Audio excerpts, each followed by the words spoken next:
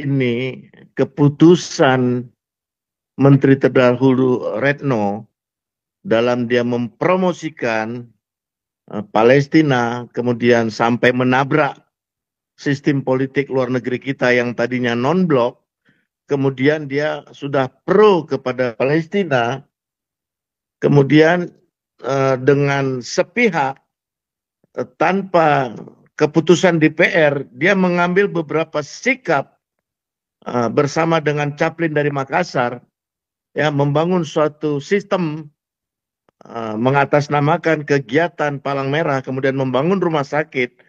Ternyata Retno tidak mengeksposnya secara terbuka sebagai mitra dari presiden terdahulu atau salah satu pembantu presiden yang membidangin urusan luar negeri. Saya tidak yakin beliau tidak tahu tentang kerja daripada rumah sakit itu. Berita seheboh begini, Menteri Luar Negeri nggak jawab apapun, bilang nggak tahu berita. Padahal di Amerika sana sudah mengambil satu keputusan, berharap dengan strategi-strategi mereka akan mengirim orang-orang Palestina ini ke Makassar dengan ke Sumatera Barat. Kita yang bukan pegawai Menteri Luar Negeri aja tahu. Trump berkata begitu, Trump juga sudah menyiapkan kemana mereka harus diarahkan. Sekarang kementerian kita malah bilang nggak tahu. Ini memalukan sekali. Dan Bu Retno, ya, Anda bertanggung jawab, ya. Geng Anda yang ada di Sumatera Barat, geng Anda yang ada di Makassar, yang menjadi corong Anda, tapi strategi-strategi keputusan luar negeri yang Anda ambil bukan keputusan Pak Jokowi. Anda berkolaborasi dengan orang-orang oknum-oknum tertentu yang ada di Makassar dan di Sumatera Barat, sehingga keputusan-keputusan Anda itu menguntungkan mereka untuk membangun sistem pundi-pundi, membantu Palestina. Tidak diterima mati bapak, diterima mati ayah. Betul Pak, kata orang kita bilang di Sumatera begitu. Jadi ya nggak makan buah si malakama, diterima mati bapak, nggak diterima mati mamanya, kan gitu kan? Nah itu dia ini.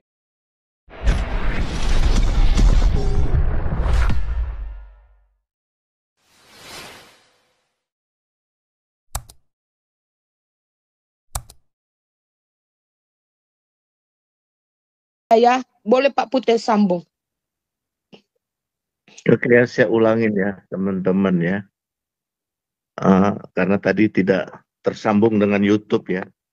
Dalam hal ini keputusan Menteri terdahulu Retno dalam dia mempromosikan Palestina, kemudian sampai menabrak sistem politik luar negeri kita yang tadinya non-blok, kemudian dia sudah pro kepada Palestina, kemudian dengan sepihak tanpa keputusan DPR, dia mengambil beberapa sikap bersama dengan Chaplin dari Makassar, ya, membangun suatu sistem mengatasnamakan kegiatan Palang Merah, kemudian membangun rumah sakit. Ternyata Retno tidak mengeksposnya secara terbuka sebagai mitra dari presiden terdahulu atau salah satu pembantu presiden yang membidangin urusan luar negeri. Saya tidak yakin beliau tidak tahu tentang kerja daripada rumah sakit itu menjadi bagian dari sistem terowongan yang sedang dibangun untuk menyerang Israel.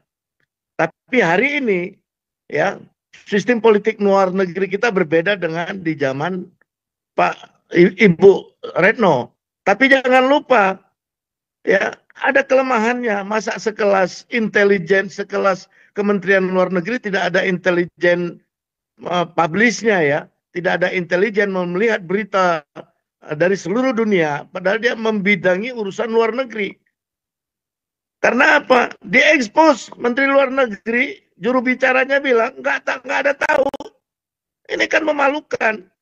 Masa nggak ada sistem informasi yang akurat dari Kementerian Luar Negeri, berita seheboh begini, Menteri Luar Negeri nggak jawab apapun, bilang nggak tahu berita. Padahal di Amerika sana sudah mengambil satu keputusan, berharap dengan strategi-strategi mereka akan mengirim orang-orang Palestina ini ke Makassar dengan ke Sumatera Barat. Kita yang bukan pegawai Menteri Luar Negeri aja tahu. Trump berkata begitu, Trump juga sudah menyiapkan kemana mereka harus diarahkan. Sekarang kementerian kita malah bilang nggak tahu. Ini memalukan sekali. Dan Bu Retno ya, Anda bertanggung jawab ya. Geng Anda yang ada di Sumatera Barat, geng Anda yang ada di Makassar, yang menjadi corong Anda, tapi strategi-strategi keputusan luar negeri yang Anda ambil bukan keputusan Pak Jokowi. Anda berkolaborasi dengan orang-orang oknum-oknum tertentu yang ada di Makassar dan di Sumatera Barat, sehingga keputusan-keputusan Anda itu menguntungkan mereka untuk membangun sistem pundi-pundi, membantu Palestina. Dan dana itu kalian pakai untuk rumah sakit dan kegiatan-kegiatan strategis di sana, sehingga aksi yang menghebohkan itu adalah saat serangan tanggal 7 yang membantai orang Israel saat sedang menikmati hari besar mereka. Itu dulu dari saya, Pak Paul, silakan teman-teman yang lain.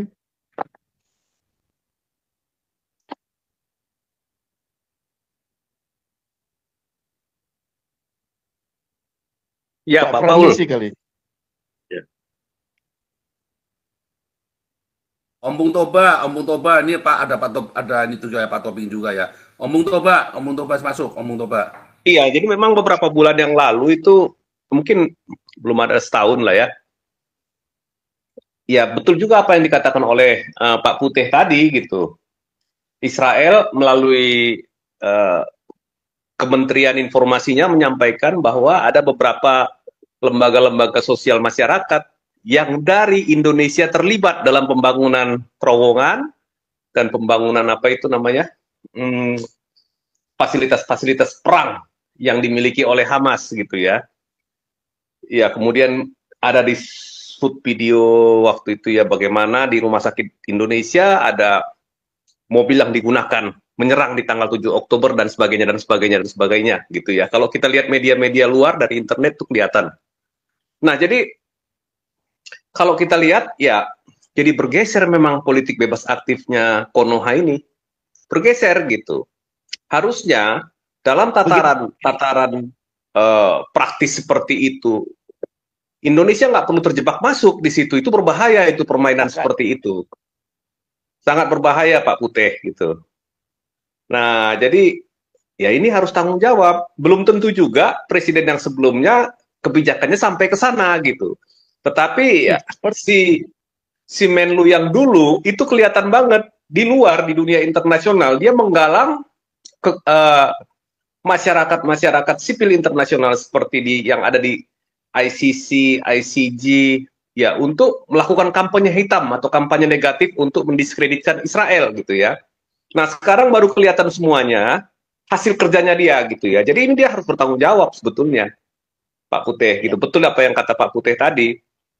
Nah, sayangnya Menteri Luar Negeri yang baru ini bukan menteri dari diplomat karir, Pak. Jadi sepertinya dia kurang, ya memang dia orang pintar seperti ya menurut yang saya baca di berita-berita.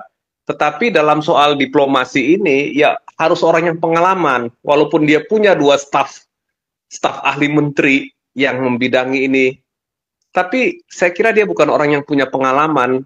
Masa informasi seperti itu masyarakat awam seperti kita duluan dapat? Kecolongan itu namanya, bahwa Trump itu sudah rupanya merencanakan bahwa Indonesia lah tempat penampungan sementara. Karena apa? Rekonstruksi dan rehabilitasi butuh waktu. Dan butuh pemindahan penduduk. Itu kemana? Hampir semua negara Arab menolak. Eropa sudah penuh ya dengan pengungsi Suriah dan nggak berencana menerima kembali ya. Jadi kemana ini yang mungkin dilakukan? ditransferlah ke Malaysia dan ke Indonesia. Hanya itu kemungkinannya. Kalau tidak, Ya. pembangunan kembali dan rekonstruksi nggak bisa berjalan, Pak. Karena itu, kalau bekas-bekas puing perang seperti itu bom, amunisi, itu bahan kimianya banyak. Itu harus dibersihkan dulu, bukan hanya membersihkan puing bangunan. Kemudian tanah juga, sumber air juga harus dibersihkan, dan ini butuh waktu. Sementara di satu sisi ada penduduk yang harus dikasih makan. Ya. Sementara di satu sisi pekerja-pekerja dari masyarakat internasional harus melakukan pembangunan secepatnya, kan ini sulit. Nah, ada kemungkinan, ya ini tergantung ya. Kalau misalkan walaupun ini sebenarnya sarkasme ataupun kalau ini bukan prank gitu ya. Terus kemudian beberapa channel sudah mulai melihat ini. Bahkan di Twitter atau apa ada ucapan terima kasih kepada pemerintah Indonesia yang sudah mau menerima 2 juta warga Palestina katanya. Udah sampai ke sana kan? Nah ini kita lihat sekarang ini, apakah pemerintah kita berani? Ya hitung-hitungan lah Pak Paul. Kalau dikasih anggaran duit banyak, mau nggak pemerintah kita melaksanakannya? Nah ini persoalannya, karena kita sekarang masalah fiskal kan lagi terjepit nih. Masalah anggaran kita ini antara penerimaan dan pengeluaran gitu. Mau nggak gitu kan? Kalau dari anggaran itu, Pak, kalau dari anggaran besar Pak, Indonesia dapat uang besar Pak. Tapi bakalan dapat uang besar. Pak, iya uang besar Pak, dibiayai Pak oleh PBB. Tapi kita punya tidak diterima mati bapak, diterima mati ayah. Betul Pak, kata orang kita bilang di Sumatera begitu. Jadi ya nggak makan buah si malakama. Diterima mati bapak, nggak diterima mati mamanya, kan gitu kan? Nah, itu dia ini. Oke, silakan lanjut Pak, atau Pak Paul. Pak Tobing, Pak Tobing. Ini ada Pak